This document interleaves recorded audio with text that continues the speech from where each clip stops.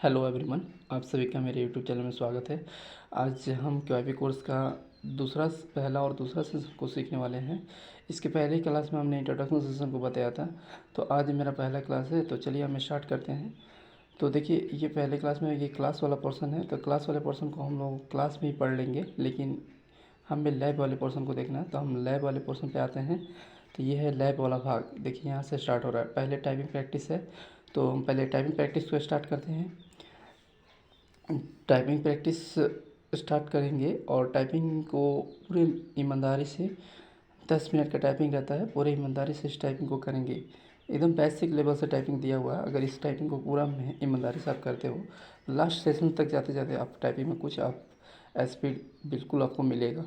तो इस टाइपिंग को पूरे ईमानदारी से आप करिएगा, ठीक है। तो यहाँ से हम टाइपिंग स्टार्ट करते हैं। एक बार आपको दिखा देते हैं कि ये टाइपिंग का पोर्शन मतलब कैसे करना है आपको टाइपिंग। तो पहले स्टार्टिंग में पहले अच्छा टाइपिंग करने के लिए दे रहा है, और उसके बाद से धीरे धीरे लेवल बढ़ाते जाएगा। अक्षर के बाद से वर्ड देगा, वर्ड के बाद से ऐसे करके सेंटेंस देने देने लगेगा। तो हम स्टार्ट करते हैं। देखिए, आज इस टाइपिंग में पहले अक्षर टाइपिंग करना है हमें। देखिए, ये कीबोर्ड से आपको जे एफ ऐसे करके टाइप करना है, स्पेस दे दे करके।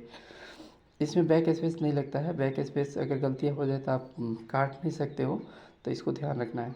तो हम पूरी टाइपिंग को नहीं कर सकते हैं, तो हम इसको यहीं पे ओके करते हैं। देखिए, ओके करने के बाद से यहाँ पर आपको टाइम कितना अपने स्पेंड किया, 26 सेकेंड, कितना वर्ड टाइप किए, कितनी गलतियाँ की, ये सब आपको वहाँ पे दिखाता है। इसके बाद हम इसको इंड एग्ज़ाम करते हैं, और इंड एग्ज़ाम करके इसको कंफर्म करके ओके कर देते हैं। आगे बढ़ते हैं। इसमें आपका नॉलेज चेक है। तो ये नॉलेज चेक में आपका कि कंप्यूटर से रिलेटेड कुछ क्वेश्चंस है। इसमें स्क्रीनशॉट दिया हुआ है। क्वेश्चन पूछा जा रहा है आपसे कि इनमें से कौन सा बटन जो है लैपटॉप का पावर बटन है। तो मतलब कि इसमें से हमें पहचान करिए। तो पहला ही ऑप्शन हमें दिख रहा है, तो ये पहला ऑप्शन कर लिए। यहाँ से पूछा जा रहा है कि ROM का फुल फॉर्म क्या है। तो यहाँ रीड ओनली मेमोरी इसका सही जवाब होगा, यानी कि ऑप्शन सी, तीसरा नंबर। इसके बाद से पूछा जा रहा है हमसे कि पासवर्ड, कीबोर्ड पर अगर हम पासवर्ड लिखे तो उसको एंट्री करने के लिए हम कीबोर्ड से कौन सा बटन दबाते हैं। पासवर्ड इंटर करने के बाद इंटर बटन ही दबाते हैं हम। तो ये पहला ही ऑप्शन इसका भी सही होगा। इसके बाद नेक्स्ट क्वेश्चन है कि अगर आपको अपने दोस्त से पासवर्ड, अपने मोबाइल का हॉटस्पॉट या आपको डाटा शेयर करना है, तो इसके लिए क्या करते हैं हम। तो पोर्टेबल हॉटस्पॉट को ऑन करना होता है। तो ये ऑप्शन इसका सी जाएगा। अगर हम इंटरनेट डाटा शेयर करना चाहते हैं तो हम ऑप्शन सी, पोर्टेबल हॉटस्पॉट। इसके बाद अगला क्वेश्चन है कि आप इंटरनेट कनेक्ट करने के लिए इनमें से कौन सा ऑप्शन हेल्प कर सकता है आपको। तो ये पहला जो ए ऑप्शन है, जहाँ वही इसका सही जवाब होना चाहिए। तो पहला ऑप्शन इसका सही जवाब है। इसके बाद इसको हम क्या करते हैं, इंड एग्जाम करके और कन्फर्म कर लेते हैं। इसके बाद आगे बढ़ते हैं। आगे यहाँ पर सेशन कंप्लीशन टेस्ट दिया हुआ है। तो यहाँ देख लेते हैं किस प्रकार का क्वेश्चन आ रहा है। तो अभी मेरा यहाँ पर क्वेश्चन ओपन करने से पहले ये कैमरा प्रीव्यू होता है, तो वेट कर लेते हैं। इसके बाद नेक्स्ट पर क्लिक करेंगे। नेक्स्ट पर क्लिक करने के बाद यहाँ पर पहला क्वेश्चन है, इनमें से इंफॉर्मेशन, डाटा और इंफॉर्मेशंस के लिए कौन सा इलेक्ट्रॉनिक डिवाइस यूज होता है। तो कंप्यूटर हो जाएगा। इसके बाद से अगला क्वेश्चन, इसमें कंप्यूटर से कौन सा कार्य नहीं कर सकते हैं। तो ये इसका सही जवाब चौथा हो जाएगा। यू कैन ट्रेवल फ्रॉम, इससे ट्रेवल नहीं की जा सकती है। इसके बाद अगला क्वेश्चन है, कीबोर्ड, माउस और मॉनिटर को क्या बोला जाता है। तो हार्डवेयर बोलते हैं। तो इसका सही जवाब तीसरा हो जाएगा। इसके बाद अगला क्वेश्चन है चौथा नंबर कि इसमें से कौन पॉइंटिंग डिवाइस है।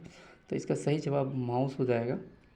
इसके बाद हमसे पूछा जा रहा है कि इनमें से कौन सा बैकग्राउंड सॉफ्टवेयर है जो कंप्यूटर के इंटरनल रिसोर्स मैनेज करने में मदद करते हैं। तो सिस्टम सॉफ्टवेयर इसका सही जवाब होगा। इस प्रकार हम सभी क्वेश्चंस को कंप्लीट कर लिए हैं, और यहाँ से इंड एग्ज़ाम टाइप करके और इसको कंफर्म करके ओके कर देते हैं।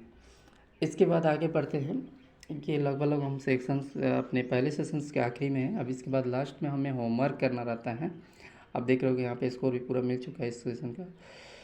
इसके बाद इसमें होमवर्क में कुछ खास नहीं रहता है। यहाँ पे एक बुक आपको सेंटर से बुक मिलता है। उस बुक में जो ये बता रहा है ना, उस चैप्टर को पढ़ना रहता है।